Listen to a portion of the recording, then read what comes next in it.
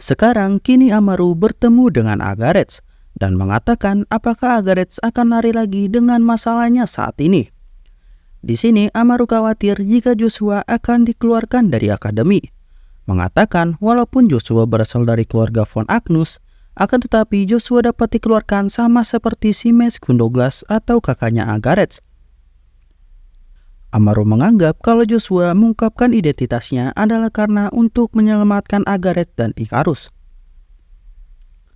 Kini Agarets mengatakan kalau dirinya tahu akan hal itu.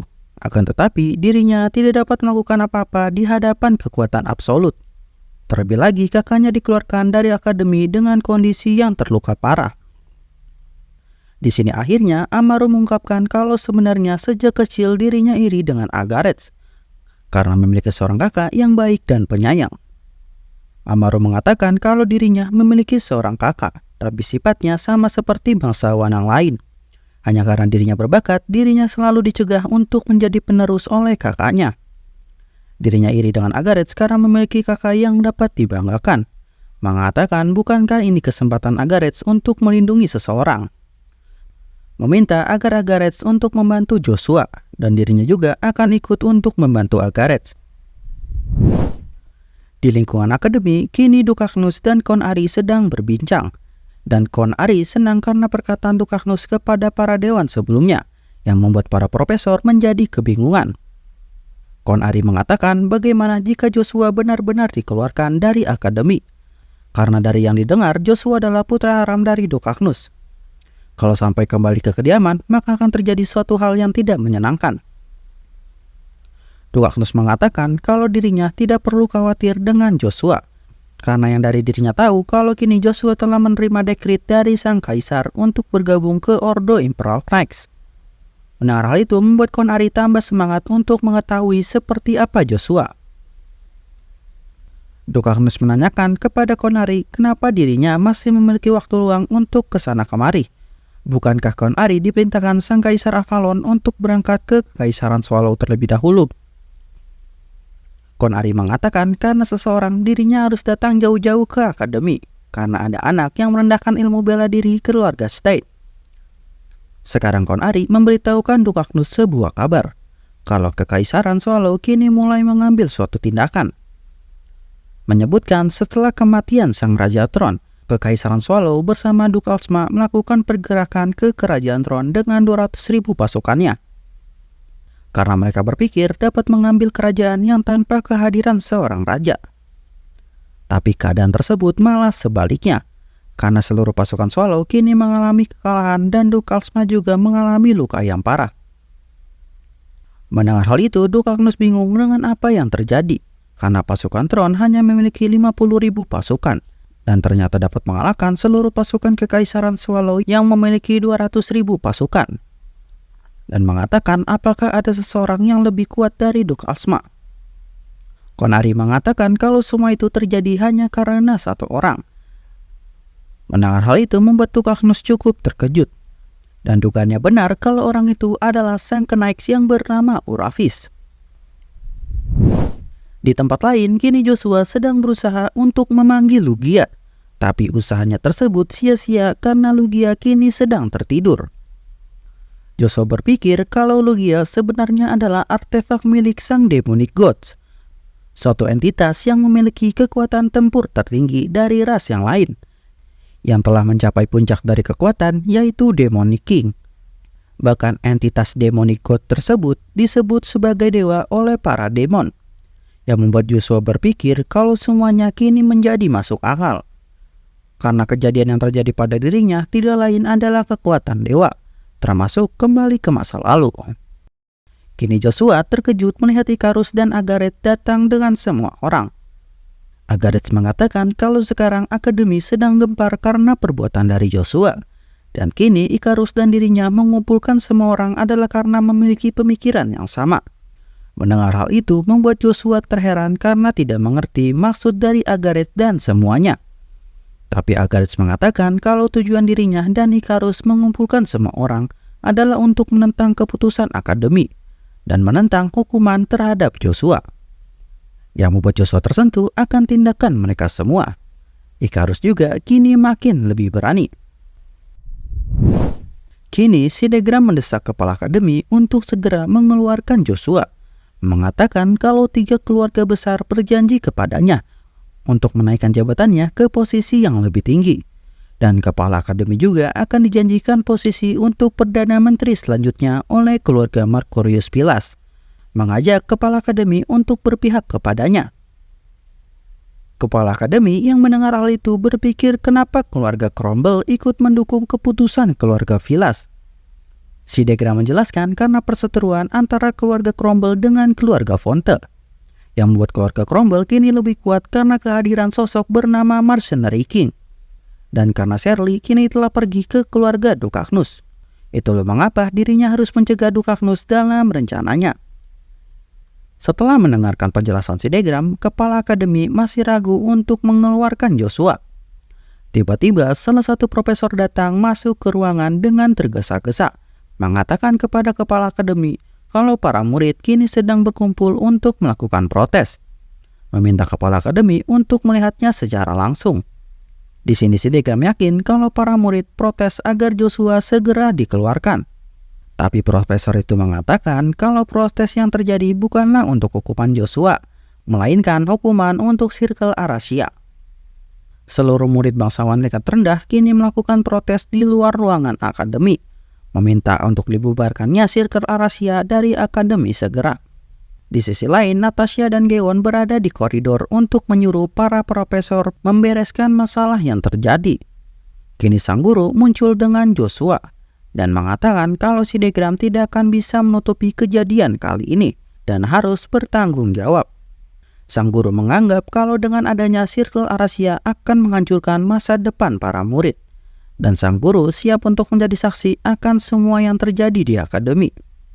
Mendengar hal itu membuat si Degram mengatakan kalau sang guru adalah orang yang naif. Tapi Joshua mengatakan kalau seorang penjilat tidak berhak mengucapkan hal itu. Joshua siap jika dirinya harus bertanggung jawab. Tapi dirinya akan tetap membersihkan akademi dari Circle Arasia sebelum dirinya pergi. Di sini Geon mengatakan kalau Joshua hanya seorang anak haram. Pastinya Joshua akan diperlakukan seperti sampah jika dirinya dikeluarkan dari akademi, dan menyuruh Joshua untuk tidak menodai kehormatan keluarganya. Kini Joshua mengatakan terlepas dari nama keluarganya, dirinya akan meminta pertanggungjawaban dari semua yang terlibat, yaitu Natasha dari keluarga Brory, Geon dari Cromwell, dan Veron dari keluarga Pilas. Sambil mengeluarkan auranya, Joshua mengatakan kalau dirinya akan menunjukkan konsekuensi yang telah mereka bertiga lakukan. Terkena aura Joshua, Geon kini tidak bisa bergerak. Dan si Degram mengatakan kenapa kepala akademi hanya diam saja melihat tindakan Joshua. Kini kepala akademi mengatakan kalau apa yang dikatakan oleh sang guru dan Joshua adalah kebenaran. Akademi adalah tempat untuk mendidik para bangsawan penerus keluarga, bukannya suatu kelompok yang menakutkan. Si Degram yang mendengar hal itu mengatakan apakah kepala akademi tidak takut kalau posisinya dicabut karena menantang para bangsawan keluarga besar. Tapi kepala akademi bilang apa pentingnya sebuah jabatan. Yang lebih penting adalah melakukan yang terbaik saat menepati jabatan yang diberikan, apapun jabatannya. Tiba-tiba si bocah Geon melawan perkataan kepala akademi. Karena menurutnya yang penting adalah jabatan seseorang. Apalagi dalam masalah Joshua yang merupakan anak haram tidak bisa menggantikan posisi dari Babel sebagai penerus sah keluarga. Kini Dukagnus muncul dan mengatakan kalau urusan pewaris sangat merepotkan. Dirinya dapat merubah keputusannya kapan saja. Karena dalam aturan keluarga Dukagnus, orang yang memiliki kekuatan dapat mengincar posisi teratas. Dan karena Geon mengakui Joshua memiliki bakat yang lebih hebat dari Babel, berarti Geon mengakui kalau Joshua adalah orang yang pantas. Kini Dukagnus pergi dan mengatakan kalau urusan anak-anak harus diselesaikan di antara anak-anak. Itulah aturan akademi. Kecuali mereka berdua ingin menjadikan keluarga Agnus sebagai musuhnya. Konari juga mengatakan kalau dirinya tidak berencana mendukung perkataan Dukagnus. Tapi Konari menyarankan agar lebih baik Geon tidak membuat masalah untuk keluarganya lagi. Karena akan ada hal yang lebih buruk yang akan terjadi nantinya. Kini Konari pergi dan mengingatkan Geon dan Natasha agar mereka menjauhi Amaru putranya. Sekarang Joshua diminta Dukagnus untuk ikut dengannya, karena ini sudah saatnya untuk menyelesaikan masalah yang terjadi. Dan Joshua kini ikut sesuai apa yang dikatakan oleh ayahnya. Di istana kini mereka semua sedang membahas masalah yang terjadi karena Dukalsma kini terluka saat pertempuran. Sang menteri mengatakan kalau sekarang Dukalsma terluka dan sedang mengalami shock, yang membuat Kaisar Verona berpikir untuk menjenguknya sendiri. Duke Albert yang merupakan Kapten Imperial Knight Kekaisaran Swallow mengatakan agar Kaisar tidak melakukan hal itu, karena Dukalsma hanyalah seorang jenderal yang gagal. Seluruh bangsawan yang berada di istana setuju dengan perkataan dari Duke Albert. Duke Albert mengatakan kalau kekalahan pasukan adalah kesalahan Dukalsma karena menantang duel 1 lawan 1 dengan Knights Uravis, padahal dirinya unggul dalam banyaknya pasukan. Tapi karena kekalahan Dukalsma membuat moral para pasukan menjadi turun dan berakhir mengalami kekalahan. Kini Duke Albert meminta Kaisar Verona untuk menghukum Dukalsma selayaknya. Kaisar Verona berpikir bahkan setelah kekalahan, mereka malah saling menjatuhkan satu sama lain. Sekarang Kaisar Verona memberitahukan kepada semuanya kalau kekalahan kali ini bukanlah hanya karena kesalahan Dukalsma, melainkan kurangnya informasi. Karena tidak ada yang tahu kalau Kerajaan Tron memiliki seorang master yang lebih kuat dari Dukalsma. Daripada saling menghukum, lebih baik kalau semuanya mempersiapkan strategi yang akan digunakan selanjutnya. Mendengar hal itu membuat Duke Albert menyarankan untuk mengirim lebih banyak pasukan dan 2 master atau lebih untuk menghadapi Kerajaan Tron. Sang Menteri Gandar mengatakan kalau usulan dari Duke Albert tidak dapat dilakukan, karena pergerakan yang gagal sebelumnya membuat benua mengawasi kekaisaran. Dan tujuan Tron adalah membuat Kekaisaran Swallow tidak dapat meminta bantuan aliansi kekaisaran manapun. Tiba-tiba seorang prajurit datang menghadap Kaisar Verona dengan tergesa-gesa mengatakan kalau kini Kerajaan Tron telah mengumumkan raja baru selanjutnya. Semua orang di istana terkejut mendapati kabar tersebut, karena Kerajaan Tron adalah bagian dari Kekaisaran Swallow dan kini mulai memisahkan diri dengan cara memerdekakan negaranya sendiri. Kaisar Verona menanyakan siapa raja mereka selanjutnya. Dan prajurit itu menjawab kalau raja ke-17 Kerajaan Tron adalah sang Knight of Prominence yang akan menikahi sang putri raja sebelumnya, yaitu Uravis. Kembali ke Joshua, kini Duke Agnus menanyakan apakah benar Joshua menerima perintah dari sang kaisar. Dan Joshua membenarkan hal itu, meminta maaf kalau rencana awalnya adalah memasuki ke dalam akademi secara diam-diam, dan kini berakhir gagal. Duke Agnus berharap kalau Joshua mengikuti perintah sang kaisar untuk bergabung ke dalam Imperial Knight. Joshua mengatakan kalau dirinya adalah penduduk biasa kekaisaran yang tidak memiliki suatu kekuasaan. Seketika itu juga Duke Agnus mengetahui maksud dari Joshua, dan Duke Agnus sekarang hanya mengingatkan agar Joshua memperhatikan kesehatannya. Karena sekarang dirinya sudah tahu rencana Joshua, kini Duke Agnus ingin pergi. Sementara Konari kini yang ingin berbicara dengan Joshua, mengatakan apakah Joshua tahu tentang dirinya. Joshua mengatakan kalau Konari adalah Knights kebanggaan Avalon, yaitu Konari Bronstein. Kini Konari mengeluarkan auranya dan menyuruh Joshua untuk bertanggung jawab dengan apa yang dikatakannya sebelumnya, menanyakan apakah menurut Joshua senjata rapier adalah sampah. Joshua menjawab kalau dirinya tidak menganggap senjata rapier sebagai sampah, tapi menurutnya tidak ada senjata lain yang lebih baik daripada senjata spear atau tombak. Mendengar hal itu membuat Konari dan Duke Agnus terkejut. Tiba-tiba Konari mengeluarkan niat membunuhnya kepada Joshua, karena Joshua telah berani mengatakan hal itu di depannya. Di sini Joshua dalam keadaan yang gawat karena ancaman aura membunuh dari Konari yang merupakan seorang Knight Master. Kini Joshua mulai mengeluarkan auranya untuk melawan niat membunuh dari Konari, yang membuat Konari terkejut dengan apa yang dilihatnya. Joshua kini dapat melawan aura niat membunuh dari Konari. Dan Joshua mengatakan tidak penting siapapun yang tidak setuju denganku, akan kubuktikan tombak adalah senjata terhebat. Kini Konari bergetar dan tidak menyangka kalau seorang bocah berumur 10 tahun bisa melawan aura membunuhnya. Dan tiba-tiba Konari tertawa kencang dan ekspresinya seketika berubah. Dirinya berpikir kalau Joshua mirip seperti seorang pengguna mana legendaris yang suatu saat nanti akan mencapai puncak di masa depan, yang membuat Konari kini menjadi bersemangat. Dirinya ingin melihat raut wajah Joshua yang berada dalam keputusasaan dan memohon pengampunannya. Tapi dirinya harus menahan perasaan itu sekarang. Kini Dukaknus menyuruhkan Ari untuk menghentikan tindakannya tersebut, yang membuatnya tersadar kalau saat ini ada Dukaknus yang sedang mengawasi. Dukaknus mengatakan dirinya akan mengizinkan Joshua untuk berhenti dari akademi jika Joshua sudah berniat untuk bergabung ke dalam Ordo Imperial Knight Kekaisaran. Tapi setidaknya Joshua harus naik ke Batalion 3. Mendengar perkataan ayahnya membuat Joshua tahu apa harapan Dukaknus. Dan kini Dukaknus dan Konari pergi dari akademi. Di kediaman Dukaknus, kini Dagnes Vanessa sedang sakit karena Babel yang tiba-tiba dipanggil ke istana kekaisaran, yang membuat dirinya tidak tenang akan hal itu. Mengatakan kalau semuanya adalah karena kesalahan Joshua.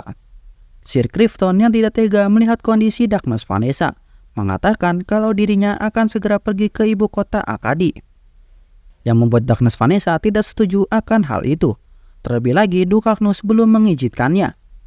Sir Clifton mengatakan kalau dirinya tidak apa-apa mendapatkan hukuman dari Dukaknus. Akan tetapi kalau seperti ini, rencana Dagnes Vanessa akan gagal seperti yang dikhawatirkan. Akan lebih baik dirinya pergi langsung ke sana daripada menunggu dirinya dieksekusi. Dagnes Vanessa tidak setuju dengan Sir Clifton, karena kekaisaran adalah tempat yang berbahaya dan Clifton bisa saja terbunuh di sana. Clifton mengatakan agar Dagnes Vanessa tidak perlu khawatir karena dulunya dirinya juga adalah seorang anggota Imperial Knights. Semua ini dilakukan demi Dagnes Vanessa, bahkan jika nyawanya adalah taruhannya. Di malam harinya, kini Joshua berlatih seperti biasa. Dan dirinya tidak menyangka di pertemuan sebelumnya kalau Konari adalah orang yang sangat menakutkan. Terlebih lagi, Dukaknus memberitahunya agar dirinya naik ke tingkat Batalion 3. Yang dimana Joshua berpikir kalau Dukaknus memintanya untuk mendapatkan gelar bangsawannya sendiri. Karena peringkat batalion ketiga sampai ke 1 akan mendapatkan gelar bangsawan. Jadi Joshua tidak perlu merebutkan ahli waris karena Joshua bisa membuat keluarga bangsawannya sendiri. Tiba-tiba Joshua merasakan kehadiran seseorang yang sedang mengawasinya, yang membuat Joshua melempar tongkat yang sedang digunakannya. Setelah beberapa saat muncul Jero yang terkena serangan lemparan tongkat dari Joshua. Mengatakan akan terjadi masalah jika serangan Joshua berhasil mengenai organ vitalnya. Di sini Joshua terkejut dan mengatakan kenapa Jero datang tanpa memberitahunya.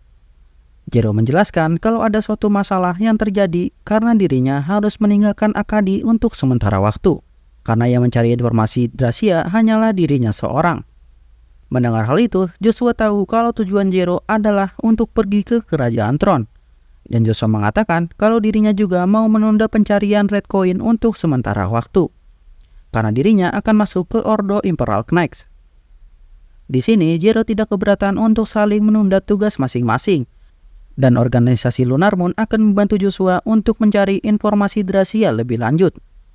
Kini Jero mengatakan kalau Joshua akan terkejut mendengar informasi kalau Dracia Belgrace memiliki koneksi dengan Kekaisaran Avalon. Tapi Joshua tidak terkejut karena dirinya sudah tahu akan hal itu.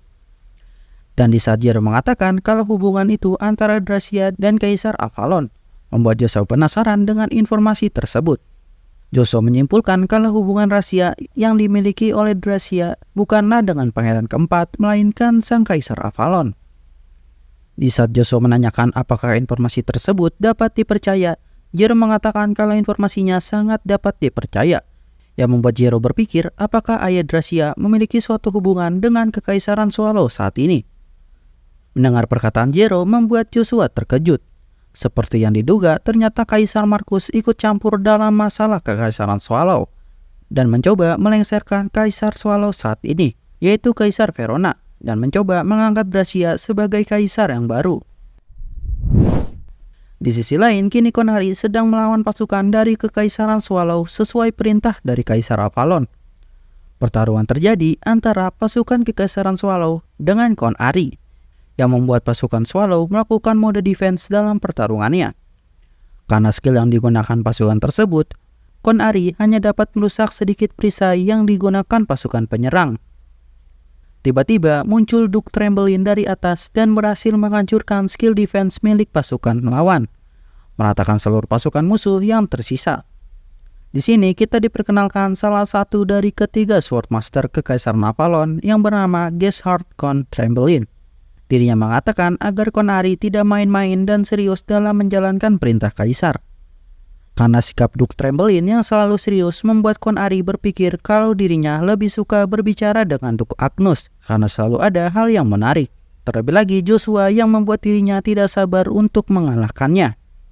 Konari mengatakan mengapa Kekaisaran Avalon harus mengikuti rencana dari Dracia. Dan karena itu mereka semua diperintahkan oleh Kaisar Markus untuk membantu Dracia dalam rencananya menjadi Kaisar Swallow yang baru. Di akademi, kini Joshua ingin pergi meninggalkan akademi untuk pergi ke Kekaisaran. Tapi Ikarus ingin pergi juga dan mengatakan kalau dirinya ingin menjadi pelayan dari Joshua. Joshua berpikir akan lebih menyenangkan bagi dirinya melihat pertumbuhan Ikarus nantinya. Tapi dirinya tahu kalau tujuan Ikarus bukanlah untuk menjadi pelayannya, dan menanyakan apakah tujuan Ikarus sebenarnya. Ikarus berpikir kalau dirinya ingin berada bersama Joshua dan membuktikan kelayakannya, karena sebelumnya Joshua telah meminta dirinya untuk menjadi bawahannya. Ikarus mengatakan kalau Joshua akan berkembang bahkan tanpa bantuan keluarga Agnus. Maka dari itu, Ikarus berpikir kalau dirinya harus menjadi orang yang hebat juga, agar pantas bersama Joshua. Joshua berpikir kalau yang dilakukan Ikarus sangat berguna bagi dirinya, karena bagi Joshua, Ikarus adalah orang yang dirinya hormati. Tapi Joshua mengatakan kalau permintaan Ikarus ditolak. Mendengar hal itu, membuat Ikarus menanyakan kepada Joshua kenapa dirinya tidak diperbolehkan ikut ke Kekaisaran. Padahal dirinya ingin membuktikan kelayakan untuk menjadi bawahan Joshua. Di sini Joshua mengatakan kalau justru sebaliknya. Dirinya tidak ingin menjadikan Ikarus sebagai seorang pelayan, karena Ikarus adalah orang yang berbakat. Mengatakan jika Ikarus ingin membuktikan kelayakan dirinya, pertama-tama Ikarus harus mencoba merubah akademi menjadi lebih baik setelah kepergiannya. Joshua mengatakan dan dalam proses itu Ikarus boleh menggunakan nama keluarga Duke Agnus jika diperlukan. Karena akan lebih bermanfaat bagi Ikarus untuk meningkatkan diri di akademi dan menjadi orang yang hebat. Joshua mengatakan karena dirinya tidak ingin menjadikan temannya sebagai sesuatu seperti pelayan. Setelah mendengarkan perkataan Joshua, kini Ikarus mengerti dengan apa yang harus dilakukannya sekarang. Mengatakan kalau dirinya akan membuktikan kelayakannya untuk berada di sisi Joshua. Dan itu berawal dari merubah akademi menjadi lebih baik. Oke, itu aja pembahasan kita kali ini. Mohon maaf jika lama karena akhir-akhir ini keadaan lagi kurang baik. Terima kasih buat kalian yang sudah menonton sampai akhir. Jangan lupa di subscribe, like, dan komen videonya, supaya Jimmy tahu kalau kalian masih suka menonton alur cerita ini. Oke, sampai jumpa di video selanjutnya. Sehat selalu. Bye-bye.